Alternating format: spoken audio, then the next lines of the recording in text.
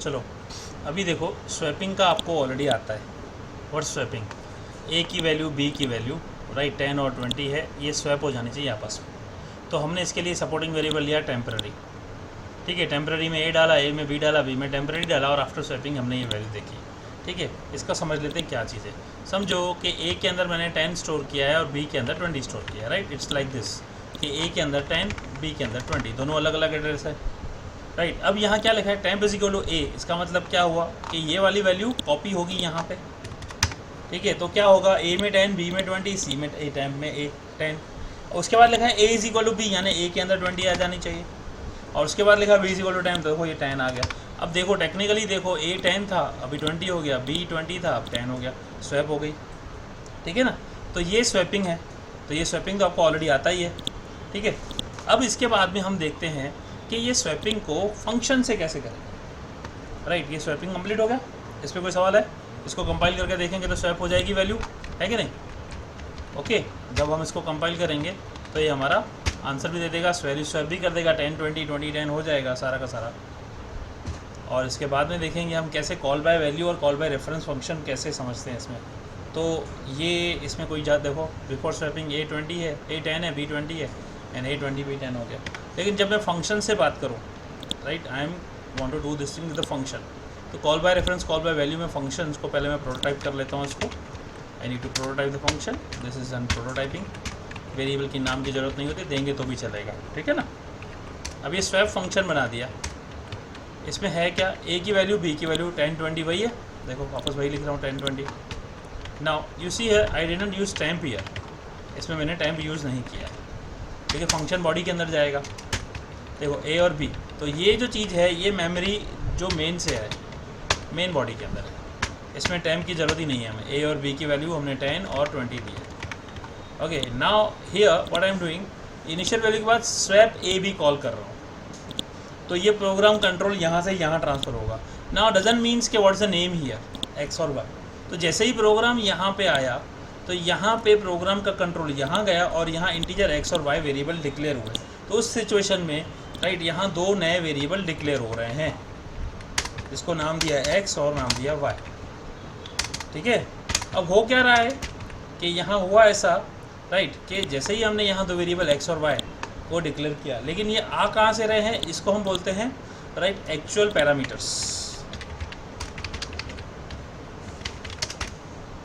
ठीक है। Actual parameters, इसको हम बोलते हैं फॉर्मल पैरामीटर्स। ये क्या होता है, एक्चुअल की जो वैल्यू है, ए की वैल्यू एक्स में कॉपी होगी, बी की वैल्यू वाई में कॉपी होगी। तो टेक्निकली हुआ क्या कि जो ए की वैल्यू थी एक्स में आ गई कॉपी होके और बी की वैल्यू 20। अब ये बताओ ये दोनों सेम है कि अलग है, राइट। वैल्यू सेम है लेकिन लोकेशन अलग है ना, वैल्यू सेम है लेकिन लोकेशन अलग है। नाउ यहाँ पे हमने क्या किया, एक वेरिएबल डिक्लेयर किया टेम्प, जो हमने प्रोसेस किया था थोड़ी देर पहले, टेम्प। अब यहाँ temp is equal to X लिखा तो एक्स की वैल्यू यहाँ आ गई, और फिर लिखा है X is equal to Y. देखो अभी यहाँ पे ये प्रोसेस किया हमने, ठीक है। X is equal to temp is equal to X, S equal sorry temp is equal to X and Y is equal to X is equal to Y आना चाहिए, सॉरी मैंने गड़बड़ी की, X equals to Y and Y equals to temp, है ना।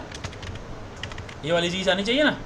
यहाँ पे ऐसा हुआ तो इसका मतलब हो क्या रहा है, ये वाली वैल्यू पहले यहाँ कॉपी होगी टेम्प में, टेम्प के अंदर एक्स की वैल्यू है, फिर एक्स के अंदर वाई की वैल्यू कॉपी होगी और यहाँ टेम्प की वैल्यू कॉपी होगी।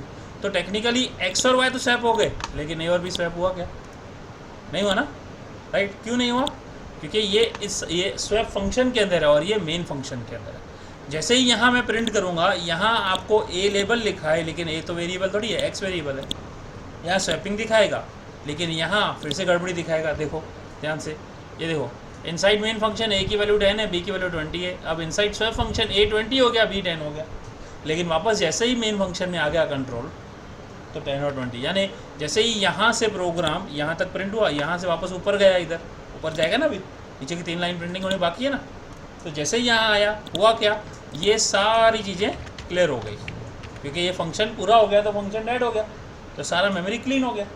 लेकिन यहाँ तो कोई फ़र्क पड़ा नहीं पड़ा ना। तो अब इसको कैसे करेंगे, इसको कैसे समझेंगे कि कैसे फ़र्क पड़ना चाहिए। तो फ़र्क तब पड़ेगा जब मैं यहाँ दो रेफरेंस आर्ग्यूमेंट पास करूँगा।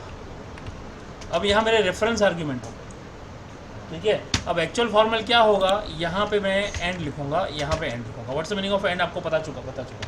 तो अभी होगा ये कि जो x है वो यहाँ a की जगह पे डिक्लेयर होगा, y है वो b की जगह डिक्लेयर होगा, टेम्प जो है वो यहीं पे डिक्लेयर होगा, टेम्प अलग से ही डिक्लेयर होगा, राइट। अब इसके अंदर लिखा है temp is equal to X, यानी ये 10 इधर आ जाएगा, और लिखा है x is equal to Y, यानी 20 इधर आएगा और 10 इधर आएगा।